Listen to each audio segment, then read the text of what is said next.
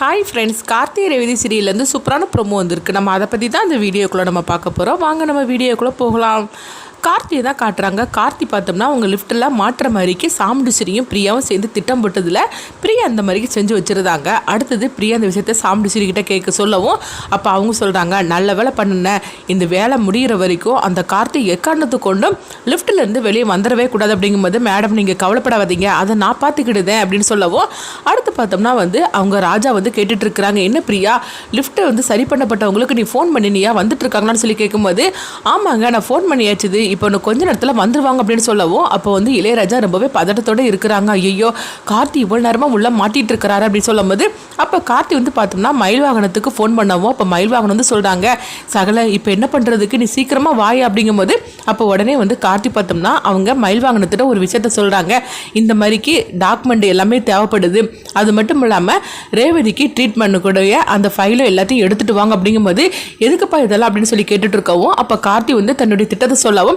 உடனே நான் இப்பவுமே போய் எடுத்துட்டு வர அப்படின்னு சொல்லிட்டு மயில் வாகனம் பார்த்தோம்னா வீட்டுக்கு போறாங்க. இங்க பார்க்கும்போது ரேவதி சாமுண்டிஸ்வரி கிட்ட சொல்லிட்டு இருக்கிறாங்க, அம்மா எனக்கு இந்த கல்யாணம் வேணுமாம்மா, இப்போதைக்கு எனக்கு தேவலம்மா, அதான் ஊரறிய எனக்கும் கார்த்திகை கல்யாணம் பண்ணி வைக்கிறேன்னு சொல்லியிருக்கீங்களா, அப்பவுமே பண்ணிக்கலாமா, எனக்கு இதுல துளி இஷ்டமே இல்லம்மா அப்படிங்கவும், நம்ம கிட்ட இல்லாத சொத்தா என்ன, இந்த ஒரு ப்ராஜெக்ட் வாங்குறதுக்காக நீங்க இப்படிலாம் என்ன கல்யாணம் பண்ணணும்னு சொல்லி என்ன அவசியம் அப்படிங்கும்போது, என்ன ரேவதி நீ இப்படி புரிஞ்சுக்காம பேசிட்டு இருக்கிற, நான் உனக்கு நல்லதுக்கு பண்ணுறதுக்கு தானே நான் எல்லாமே செய்வேன், அதனால அம்மா பண்றதா இருந்தா ஏதாவது ஒரு காரணம் இருக்குன்னு சொல்லிட்டு உனக்கு தெரியும்ல, நான் உன்னுடைய நல்லது தவிர வேற ஏதாவது நான் நினைப்பேனா என்ன அப்படிங்கவும், நீங்க சொல்றதெல்லாம் சரிதாம்மா, ஆனாலும் என்னுடைய மனசு இதை ஏத்துக்கவே மாட்டுக்குமா, அது மட்டும் இல்லாம நம்ம வீட்டுல இருந்து யாரும் இல்லை, அவங்க வீட்டுல இருந்து யாரும் இல்லை, இப்படி ஒரு கல்யாணம் தேவையாமா அப்படின்னு சொல்லிட்டு ரேவதிக்கு துளியும் இஷ்டம் இல்லாம தான் அவங்க இருந்துட்டு இருக்கிறாங்க. ஆனாலும் சாமுண்டிஸ்வரியோட வற்புறுத்தல்ல அவங்க ஒன்றும் பண்ண முடியாத சூழல்ல இருக்கவும் எங்க பார்த்தோம்னா சூரியகலாவை தான் காட்டுறாங்க. சூரியகலா மருதுகிட்ட சொல்லிட்டு இருக்கிறாங்க, ரேவதிக்கு இந்த கல்யாணத்துல துளியும் இஷ்டம் இல்லை, ஆனா அத்தையோட வற்புறுத்தல தான் இந்த கல்யாணம் நடக்க போகுது, எப்படி இன்னைக்கு நடந்தாதான் நம்ம திட்டப்படி நம்ம எல்லாமே செய்ய முடியும் அப்படிங்கும்போது உடனே மருதும் சொல்றாங்க, ஆமா இந்த கல்யாணத்துல நம்மளுடைய சுயநலமும் இருக்கதான் செய்யுது, அதனால இந்த கல்யாணம் இன்னைக்கு நடந்தாக்கி நம்ம நினைச்சது எல்லாமே நடத்திக்கிடலாம் அப்படின்னு அவங்க ஒரு திட்டத்தை போட்டுட்டு இருக்கவும் இங்க பார்த்தோம்னா மயில் வாகனம் நேரா வீட்டுக்கு வராங்க.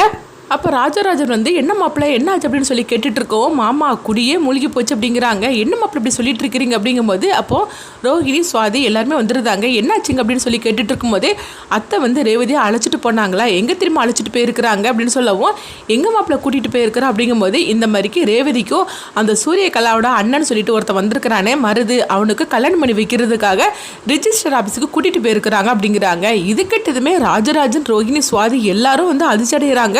ஐயோ மாப்பிள்ளை என்ன சொல்லிட்டு இருக்கிறீங்க அப்படின்னு கேட்கும்போது, ஆமாம்மா இதுதான் நடந்துச்சு அப்படின்னு சொல்லிட்டு ராஜராஜன்ட்ட மயில் வாகனம் எல்லா கதையும் சொல்லிட்டு இருக்கவும் இது கேட்டதுமே ராஜராஜனுக்கு அப்படி கோவம் வர ஆரம்பிச்சிருது. இந்த ஈஸ்வரி ஏன்னா அந்த மாதிரிலாம் பண்ணுறாலோ தெரியல, அவளுக்கு என்னதான் பிரச்சனைன்னு தெரியல, அவளை இது வரைக்கும் விட்டு வச்சதே தப்பாக போச்சுது, போனா போகுதுன்னு சொல்லி பார்த்தோம்னா அவள் இந்த அளவுக்கு துணிஞ்சிட்டாளா, அவளை சும்மா விடக்கூடாது மாப்பிள்ளை, சரி நீங்கள் இப்போ எதுக்காக வந்திருக்கீங்க அப்படிங்கும்போது, கார்த்தி சகலை தான் இந்த மாதிரிக்கு இதுலேருந்து எடுத்துகிட்டு வர சொல்லியிருக்கிறாரு, அதனால தான் இதை எடுத்துகிட்டு வரதுக்காக அங்கே வந்தேன், அது மட்டும் இல்லாமல் கார்த்தி சகலை இந்த மாதிரிக்கு லிஃப்ட்டில் வர மாட்டிக்கிட்டார் அப்படிங்கவும், ஐயோ என் குடும்பத்துக்கு மட்டும் ஏன் இந்த மாதிரிக்கெலாம் சோதனை நடந்துட்டு இருக்குது, என் மாப்பிள்ளை என்ன தப்பு பண்ணினார் அப்படின்னு சொல்லிட்டு கார்த்தி பற்றி நினச்சி ராஜராஜன்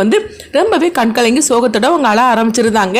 என் சின்ன மாப்பிள்ளை என்ன பண்ணினாரு, அவர் ரேவதியை கல்யாணம் பண்ணிக்கிட்டதை தவிர இந்த ரெண்டு குடும்பத்தையும் ஒன்று சேர்க்கணும்னு சொல்லிட்டு தானே என் மாப்பிள்ளை இந்த வீட்டுக்குள்ளேயே வந்தார், ஆனால் இதை தெரிஞ்சுக்கிட்ட சாமுண்டிஸ்வரி ஏன் தான் அவரை போட்டு இந்த அளவுக்கு கஷ்டப்படுத்துறால தெரியல, இந்த நேரம் பார்க்க ரேவதிக்கு பழசெல்லாம் மறந்து போச்சுது, இதெல்லாம் தனக்கு சாதகமா பயன்படுத்திக்கிட்டு இந்த மாதிரிக்கு தப்புக்கு மேல தப்பு பண்றால, இதை விடக்கூடாது மாப்பிள்ள, சீக்கிரமா வாங்க நம்ம கிளம்பலாம் அப்படிங்கவோ அப்போ ரோஹிணி சொல்றாங்க, ஆமாப்பா அம்மா இந்த மாதிரிக்கெல்லாம் பண்ணுவாங்கன்னு சொல்லி கொஞ்சம் கூட நம்ம எதிர்பார்க்கவே இல்லை, ரேவதியை எப்படிலாம் அவங்க ஏமாத்துறாங்க பாருங்க அப்படின்னு சொல்லிட்டு இருக்கவும், அவளுக்கு மட்டும் ஞாபகம் இருந்துச்சுன்னா இப்படிலாம் இவங்க செஞ்சிருவாங்களா, அவள் உண்டு இல்லைன்னு பண்ணிடுவா, சீக்கிரமாவே நம்ம இந்த கல்யாணத்தை தடுத்து நிறுத்தணும் அப்படின்னு சொல்லிட்டு இருக்கவும் அடுத்து மயில் வாகனம் பார்த்தோம்னா அந்த எல்லா டாக்குமெண்ட் எல்லாத்தையும் எடுத்துட்டு வராங்க.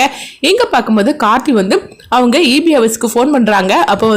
இந்த மாதிரிக்கு கரண்டை கட் பண்ண சொல்லிடவும் அப்போ ரிஜிஸ்டர் ஆஃபீஸில் கல்யாணத்துக்காக எல்லா ஏற்பாடும் பண்ணும்போது கரண்ட் கட் ஆயிருது. உடனே என்ன ஆச்சு அப்படின்னு சொல்லி கேட்டுட்டு இருக்கும்போது கரண்ட் கட் ஆகி போச்சு அப்படிங்கிறாங்க.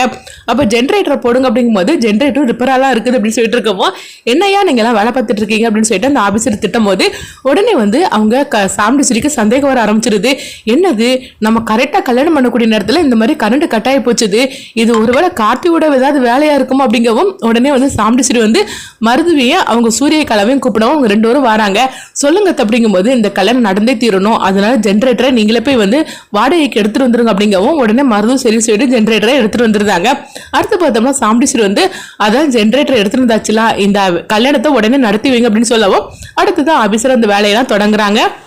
அப்போ கார்த்திகிட்ட வந்து பார்க்கும்போது மயில்வாகனம் ஃபோன் பண்ணுறாங்க. சகல நீ சொன்ன மாதிரிக்கு எல்லா டாக்குமெண்ட்டும் நான் எடுத்துட்டேன்பா அப்படின்னு சொல்லும் போது உடனே கார்த்தி சொல்கிறாங்க, சரி நானும் வந்து கொஞ்ச நேரத்தில் எப்படியும் வெளியே வந்துடும் அப்படின்னு சொல்லிட்டு இருக்கும்போதே நீ சீக்கிரமாக வாப்பா அப்படின்னு சொல்லிட்டு இருக்கவும் அடுத்து இங்கே இளையராஜா வந்து பிரியா கிட்ட கேட்டுட்டு இருக்கிறாங்க. என்னங்க ஆச்சுது, இன்னும் அவர் வராமல் இருக்கிறார் அப்படின்னு சொல்லிட்டு இருக்கவும் நான் அப்பவுமே ஃபோன் பண்ணிட்டேன், ஆனால் இன்னும் அவர் வரல அப்படிங்கும்போது சரி இதெல்லாம் சரிப்பட்டு வராது, ஃபர்ஸ்ட் அவருடைய நம்பரை தாங்க அப்படின்னு சொல்லிட்டு இளையராஜா பார்த்தோம்னா அவங்க லிஃப்ட்டை சரி பண்ணுவாங்களா அவங்க நம்பரை வந்து பிரியா கிட்ட கேட்கும்போது உடனே பிரியாவோ ஐயோ இப்போ என்ன பண்ணுறதுக்கு அப்படின்னு சொல்லிட்டு ஒரு தப்பான நம்பரை இளையராஜாட்ட கொடுக்குறாங்க. இளையராஜா பார்த்தோம்னா அது ஃபோன் பண்ணி பார்க்குறாங்க, ஆனால் ஃபோன் வந்து போகவே மாட்டேங்குது. என்னது ஃபோன் போகவே மாட்டேங்குது அப்படின்னு சொல்லிட்டு இளையராஜா வந்து நினைக்கவும் அப்போ உடனே பிரியா வந்து சொல்கிறாங்க, என்னாச்சு அவர் ஒருவேளை வந்து பைக்கில் வந்துட்டு இருப்பாரா இருக்கும், டிராஃபிக்கில் மாட்டிக்கிட்டாரா தெரியல அப்படிங்கும்போது என் மாப்பிள்ளை வந்து உள்ளே மாட்டிக்கிட்டு என்ன கஷ்டப்படுறான்னு தெரியல அப்படின்னு இளையராஜா வந்து கார்த்தி பற்றி நினச்சிட்டு இருக்கவும் அடுத்ததாக பார்த்தோம்னா கல்யாணத்துக்குள்ளே எல்லா ஏற்பாடும் பண்ணுறதுக்காக போகும்போது அப்போ கார்த்தி வந்து பார்க்கும்போது அந்த ஆபீசருக்கு ஃபோன் பண்ணுறாங்க. உடனே ஆபீசரும் வந்து சொல்லுங்க அப்படிங்கும்போது அப்போ உடனே காத்து வந்து சொல்லிட்டு இருக்கிறாங்க, இப்போ நீங்க ரேவதின்னு சொல்லிட்டு ஒரு பொண்ணுக்கு கல்யாணம் பண்ணி வைக்க போறீங்களா, அந்த பொண்ணுக்கு ஏற்கனவே கல்யாணம் நடந்துருச்சு, அது மட்டும் இல்லாம 2 பேருக்கு டைவர்ஸ் கூட ஆகல அப்படின்னு சொல்லவும் இது கிட்டதுமே அந்த ஆபீசர் வந்து அதிர்ச்சி அடைகிறாங்க. என்னங்க சொல்றீங்க அப்படிங்கும்போது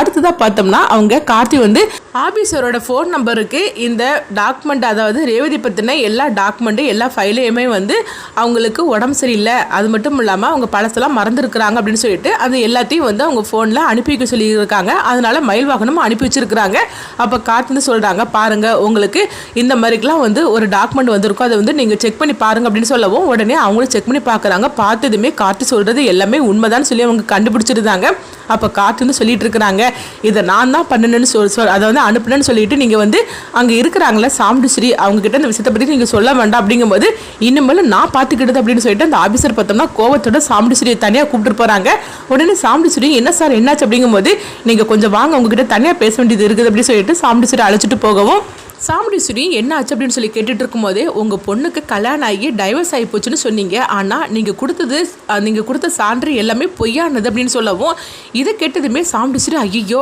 என்னது இவர் உண்மையெல்லாம் கண்டுபிடிச்சிட்டாரான்னு சொல்லி கேட்டுட்டு இருக்கும்போதே நீங்கள் இப்படி பொய் தானே சொல்லியிருக்கிறீங்க, உண்மையிலே சொல்ல போனாக்கி ஒருத்தங்களை கல்யாணம் ஆகி அவங்க டைவர்ஸ்க்கு வந்து அப்ளை பண்ணனாக்கி 1 வருஷம் வந்து ஆகும், ஆனால் நீங்கள் என்னென்னா இங்கே 6 மாதம் தான் நடந்திருக்குது, நீங்கள் 1 வருஷம் ஆகி போச்சுன்னு சொல்லிட்டு எங்கிட்ட போய் சொல்லி ஒரு பொய்யாமனா டாக்குமெண்ட்டையும் எங்கிட்ட காமிச்சு இந்த மாதிரி பண்ணியிருக்கிறீங்களே. அது மட்டும் இல்லாமல் அந்த பொண்ணுக்கு இப்போ வந்து ஒரு விபத்தில் அடிபட்டு பழசெல்லாம் அவன் மறந்துருக்கிறா, அதனால தான் அவளுக்கு கல்யாணமான விஷயத்தையும் அவன் மறந்துருக்கிறா, இதை நீங்கள் உங்களுக்கு சாதகமாக பயன்படுத்தி இந்த மாதிரிக்கு எல்லாத்தையும் பண்ணியிருக்கிறீங்க. இது மட்டும் வந்து அவங்களுக்கு அதிகாரிகளுக்கு தெரிஞ்சிச்சுன்னா எவ்வளோ பெரிய தண்டனை கிடைக்கும் தெரியுமா, உங்களோட சேர்ந்து நானும் உள்ளே போக வேண்டியது தான், உடனே இங்கேருந்து போறீங்களா இல்லைன்னு சொல்லி திட்டவும் உடனே வந்து சாமுண்டீஸ்வரி சொல்கிறாங்க, இந்த விஷயம்லாம் உங்களுக்கு எப்படி தெரியும், யார் சொன்னாங்க அப்படிங்கும்போது அதெல்லாம் உங்ககிட்ட சொல்லணும்னு எனக்கு அவசியம் கிடையாது, அதனால உண்மையிலே நீங்கள் இங்கிருந்து போயிருங்க, இல்லைனா இப்போ உங்களை பற்றி நான் கம்ப்ளைண்ட் பண்ண வேண்டியது இருக்கும் அப்படிங்கும்போது உடனே சாமுண்டீஸ்வரி வந்து எங்க பாருங்க சார், நீங்கள் என் பொண்ணுக்கு வந்து கல்யாணம் பண்ணி வச்சிருங்க, அதுக்காக உங்களுக்கு எவ்வளோ ரூபா பணம் வேணாலும் கேளுங்க நான் தார் அப்படிங்கும்போது என்ன பணத்தை கொடுத்து என்ன விலைக்கு வைங்களான்னு சொல்லி நினச்சிட்டு இருக்கிறீங்களா,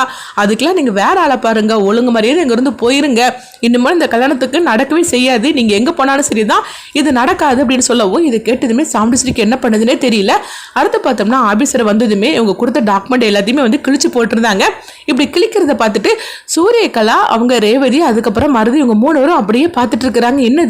என்ன நடந்துச்சுன்னு தெரியல, இவர் வந்து அம்மா கிட்ட பேசினாரு, அதுக்கு பிறகு எல்லா டாக்குமெண்ட்டையும் கிழிச்சு போட்டுட்டாரு அப்படின்னு சொல்லிட்டு எல்லாருமே நினைக்கவும் அப்போ வந்து சாமுண்டீஸ்வரி கிட்ட சூரியகலா தனியாக அழைச்சிட்டு போறாங்க. அத்தை இங்க என்னதான் நடந்துட்டு அப்படிங்கும்போது அவருக்கு எல்லா விஷயமும் தெரிஞ்சு போச்சுது, அதனாலதான் இந்த மாதிரி பண்ணிட்டாரு அப்படிங்கவும் அது எப்படி அவருக்கு தெரியும் அப்படிங்கும்போது அதுதான் எனக்கு ஒன்றும் புரியல, நான் தான் சொன்னோம்ல இதெல்லாம் அந்த கார்த்தியோட வேலையா தான் இருக்கும் அப்படிங்கும்போது என்னத்தான் சொல்லிட்டு இருக்கிறீங்க, கார்த்தி எப்படி அவன் சொல்ல முடியும், அது மட்டும் இல்லாம நம்ம தான் அவனை லாக் பண்ணி வச்சிருக்கோம்ல அப்படிங்கும்போது அவனை அப்படிலாம் நான் லேஸில் நம்ம வந்து இடப்பட்டுறக்கூடாது, நான் அவனை பற்றி சொல்லியிருக்கோம்ல அப்படிங்கும்போது நீங்கள் சொன்னதெல்லாம் சரிதான், ஆனால் நம்ம நினைக்கிறதுக்கு மேலே அவன் போயிட்டு இருக்கிறானே இப்போ என்ன பண்ணுறதுக்கு அப்படிங்கும்போது அவன் இந்த அளவுக்கு போவானா, அதுக்கு மேலேயே நான் போவேன், நான் அடுத்து என்ன பண்ணுற பாரு அப்படிங்கிறாங்க. அத்தை எனக்கு என்னமோ வந்து பயமாக இருக்குது, இன்னைக்கு இந்த கல்யாணம் தேவைதானா அப்படின்னு சூரியகலா கேட்டுட்டு இருக்கும்போது இன்னைக்கு எப்படியும் ரேவதிக்கும் மருதுவுக்கும் கல்யாணம் பண்ணியே நான் தீருவேன் அப்படின்னு சொல்லிட்டு இதில் கொஞ்சம் கூட பின்பு அவங்க மாட்டேன் அப்படின்னு சொல்லிட்டு பார்த்தோம்னா அவங்கள அழைச்சிட்டு போகிறதுக்காக வரும்போது இப்போ ரேவதி வந்து கேட்டுட்டு இருக்கிறாங்க, அம்மா இங்கே என்னதாம்மா நடந்துகிட்டு இருக்குது, எனக்கு ஒன்றும் புரியல, ஆனால்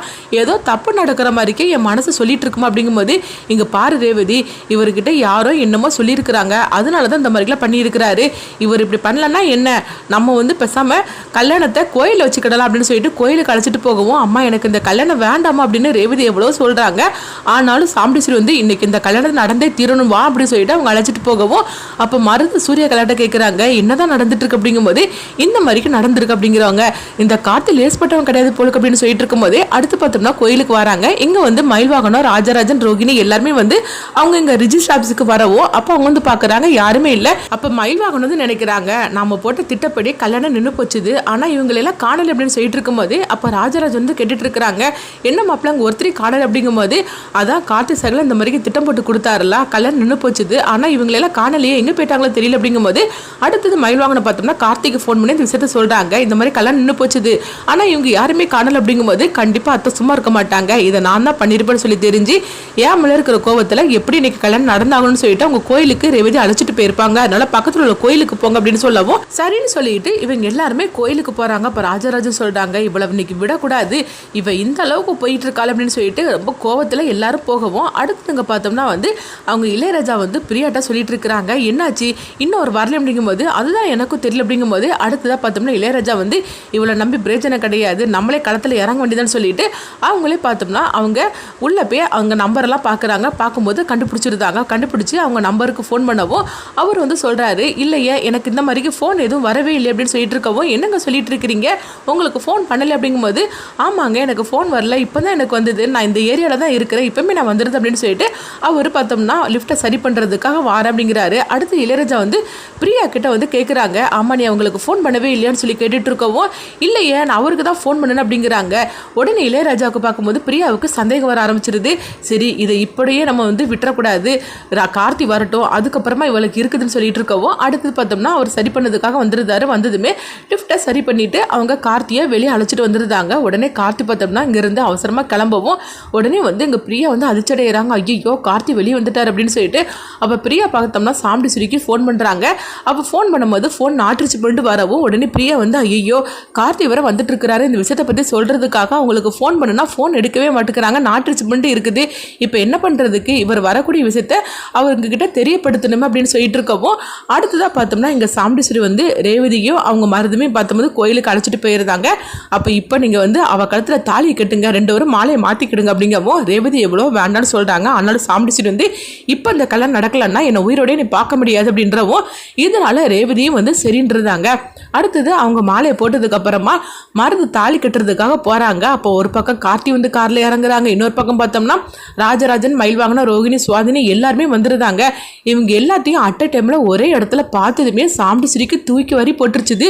ஐயோ இவங்க எல்லாரும் எப்படி இங்க வந்தாங்க, அதுவும் அந்த கார்த்தி வந்து வீட்டுல தானே மாட்டிக்கிட்டு இருந்தா, பிரியா கூட வந்து நம்மகிட்ட ஒண்ணுமே சொல்லலையே, என்னாச்சு தெரியல அப்படின்னு சொல்லிட்டு இருக்கும்போது அப்போ உடனே இவங்க எல்லாருமே ஓடோடி வந்து கல்யாணத்தை தடுக்கிறதுக்காக வராங்க. அப்போ கார்த்தி பார்த்தோம்னா அவங்க ரேவதிக்கு தெரியாத மாதிரி அவங்க நின்றுட்டு இருக்கவும் அப்போ சாமுண்டீஸ்வரியை வந்து அவங்க ராஜராஜன் வந்து சாமுண்டீஸ்வரியை பார்த்ததுமே பலார்னு கணத்தில் ஒரு அறையை விட்டுறாங்க. உனக்கு எவ்வளோ தைரியம் இருந்தால் என் பொண்ணு வாழ்க்கையில நீ இந்த அளவுக்கு நீ விளையாடி இருப்பேன்னு சொல்லிட்டு பலார்னு ஒரு அறையை விடவும் இது கொஞ்சமே எதிர்பார்க்காத சாமுண்டீஸ்வரி அப்படியே அதிர்ச்சி அடைகிறாங்க. அப்போ ரேவதி ஓடோடி வந்து அவங்க ரோஹிணியை கெட்டி பிடிச்சிட்டு அக்காங்கும் போது ரேவதி அப்படின்னு சொல்லிட்டு இருக்கும் போதே அம்மா இந்த மாதிரிக்கு பண்ணுவாங்கன்னு சொல்லி நான் கொஞ்சம் கூட எதிர்பார்க்கவே இல்லை அப்படின்னு சொல்லிட்டு இருக்கவும் என் பொண்ணுக்கு ஒன்றுமே ஞாபகம் இல்லாதனால இந்த மாதிரிக்கு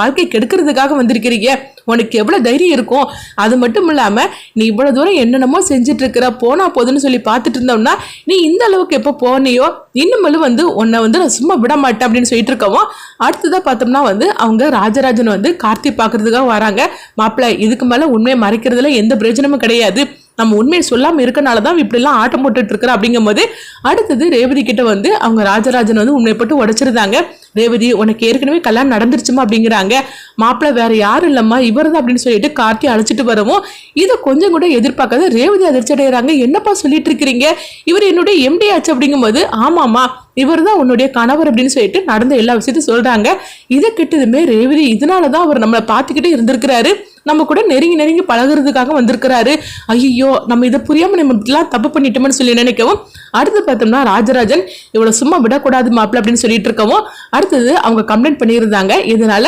சூரியகலா அதுக்கப்புறமா அவங்க சாமுண்டீஸ்வரி அவங்க மருது இவங்க 3 பேரும் அரெஸ்ட் பண்றதுக்காக அதிகாரி வராங்க. இந்த நிலைமையில கார்த்தி எடுத்தது என்ன பண்ண போறாங்க, ஏன்னா சாமுண்டீஸ்வரி என்ன இருந்தாலும் தன்னுடைய அத்தனை சொல்லிக்கிட்டு அவங்க அரெஸ்ட் பண்ணக்கூடாதுன்னு சொல்லுவாங்க. அடுத்தது என்ன நடக்க போகுது, ரேவதிக்கு உண்மை தெரிஞ்சனால அடுத்ததா கதை என்ன மாதிரி கொண்டுட்டு போக போறாங்கன்னு சொல்லி வெயிட் பண்ணி